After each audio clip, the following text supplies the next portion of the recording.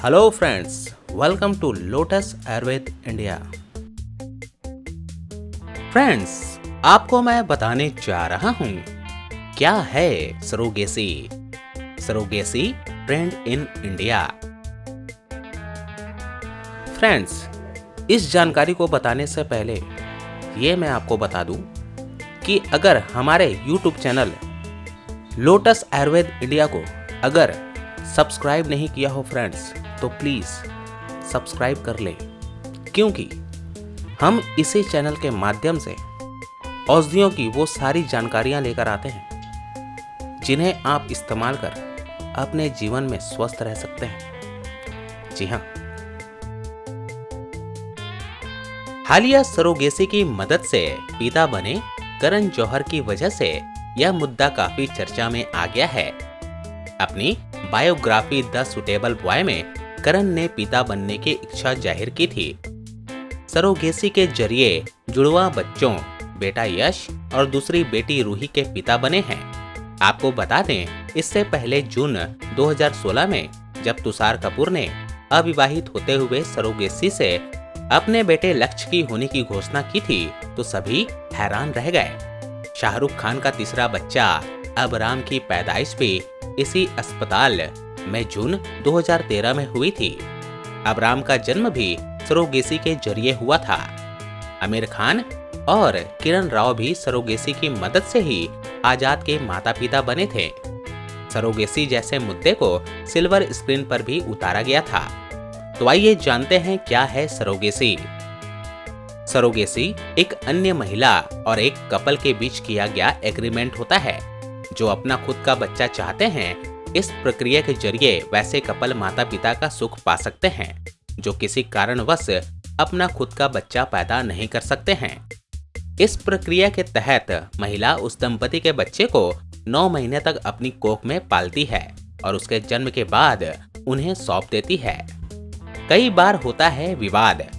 इस प्रक्रिया में एक बार बच्चे को जन्म देने के बाद उस माँ का अधिकार उस बच्चे से पूरी तरह खत्म हो जाता है, लेकिन कई बार बच्चे को जन्म देने के दौरान सरोगेट माँ उस बच्चे से इमोशनल अटैच हो जाती हैं और इस अटैचमेंट की वजह से वे बच्चे को उनके बायोलॉजिकल पेरेंट को देने से इनकार कर देती है।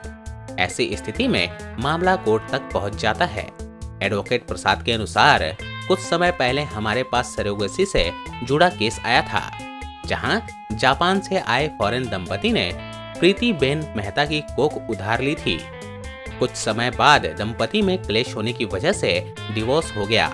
ऐसे में जापानी पत्नी ने बच्चे को अपनाने से इनकार कर दिया था। मामला बढ़ जाने पर कोर्ट का दरवाजा खटखटाना पड़ा। स्थिति इतनी खराब हो गई थी कि बच्ची की मां के 3 दावेदार आग खड़े हुए थे। एक प्रीति बेन, दूसरी जापानी मां और तीसरी वह महिला जिसने अपना भ्रूण दिया था। इस मामले के बाद गवर्नमेंट ने नियम कानून बनाने की सोची। दूसरी ओर कई बार ऐसा भी होता है जब जन्म लेने वाली संतान विकलांग होती है या अन्य किसी गंभीर बीमारी से ग्रस्त होती है तो इच्छुक दंपति उसे लेने से इनकार कर देता है। इस स्थिति में भी विवाद होता है। इसके अलावा अगर कोई फॉरेन कंट्री की दंपति यहाँ सरोगेशन का सोचती है तो बच्चे की नेशनलिटी पर भी कई तरह के सवाल खड़े हो जाते हैं। आता है लाखों का खर्च। मुंबई के हिंदुजा हॉस्पिटल की डॉक्टर इंदिरा के अनुसार यहाँ सरोगेसी के लिए आने वाले ज्यादातर केसेस ऐसे होते हैं जिनका IVF फेल हो जाता है या फिर जिन महिलाओं को कंसीव करने में दिक्कत होती है। मेडिकल प्रॉब्लम से ग्रसित दंपति ही सरोगेसी का पर्याय चुनता है। अब सेलिब्रिटीज के आने के बाद यह ट्रेंड में आ जाएगा। कुछ यूथ और महिलाएं भी इंक्वायरी के लिए आती हैं, लेकिन हम उन्हें यही सलाह देते हैं कि अगर वो समर्थ हैं तो कंसीव करें। कई बार वे पैसे की बात सुनकर भी अपना मन बदल लेते हैं, क्योंकि इस पूरे प्रोसेस में 3 से 5 लाख का खर्च आता है। अगर ट्विंस बच्चा है तो खर्च बढ़कर 5 से 7 लाख तक पहुंच जाता है। इस दौरान बायोलॉजिकल कपल कंसीव करने वाली महिला का स्पेशल केयर करते हैं। कोई रिस्क नहीं लेना चाहता है। Federation of gynaec society of India के सेक्रेटरी जनरल डॉक्टर ऋषिकेश के अनुसार इंडिया में सरोगेसी का ट्रेंड 2013 तक बहुत ज्यादा था। इस दौरान हम सिंगल पेरेंट, फॉरेनर आदि सबकी सरोगेसी धड़ल्ले से की जाती थी, लेकिन कुछ विवादों की वजह से मिनिस्ट्री ने इस पर कई तरह के रोक लगाए थे, जैसे किसी फॉरेनर दंपति की सरोगेसी नहीं की जाएगी या फिर सिंगल पेरेंट सरोगेसी नहीं कर सकते। उस वक्त के बाद इन सब पर लगाम लगा दी गई। कोई डॉक्टर इस पर रिस्क नहीं लेना चाहता है। हम उसी केस में सरोगेसी करते हैं जब दंपति मेडिकल प्रॉब्लम से गुजर रहा हो। हम सभी इंतजार कर रहे हैं कि पार्लियामेंट्री कमेटी इस पर क्या निर्णय लेती है। सिंगल यूथ में प्रचलित होता ट्रेंड। शादी से कतराने वाले आज की करियर ओरिएंटेड जनरेशन इस सरोगेसी ट्रेंड का स्वागत कर रही है। पेशे से डायरेक्टर राजीव बताते हैं, हाल ही में मेरा डिवोर्स हुआ है और मैं 37 साल का हूँ। डिवोर्स के बाद अब मेरा शादी से विश्वास उठ गया है, लेकिन मैं बाप बनना चाहता हूँ। मैं अगले 5 साल में सरोगेट प्रोसेस के जरिए पिता बनने की योजना बनाई है। मुझे लगता है यह एक बेहतरीन तरीका है। आप शादी भी ना करो और बच्चे के पिता भी बन जाओ।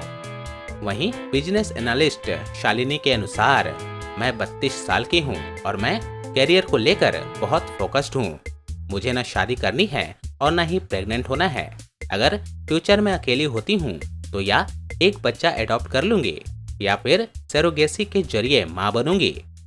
निखिल और रिद्धिमा ने 1 साल पहले ही शादी की है। दोनों ही कामकाजी हैं। ऐसे में इन्होंने यह निर्णय लिया है कि सरोगेसी के जरिए यह माता पिता बनेंगे। तो ये थे फ्रेंड्स, क्या है surrogacy. Surrogacy trend in India.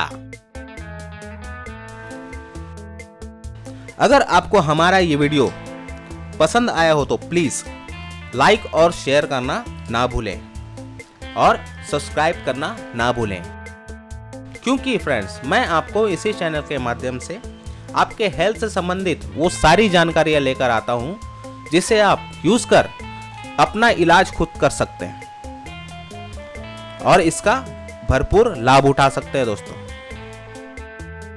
Friends, आप अपना बहुमूल्य सुझाव हमें कमेंट बॉक्स में लिखकर भेज सकते हैं दोस्तों, और साथ साथ बीमारियों से संबंधित सवाल भी हमसे पूछ सकते हैं। हम उसका जवाब जरूर देंगे। तो स्वस्थ रहिए, खुश रहिए। धन्यवाद। थैंक यू दोस्तों।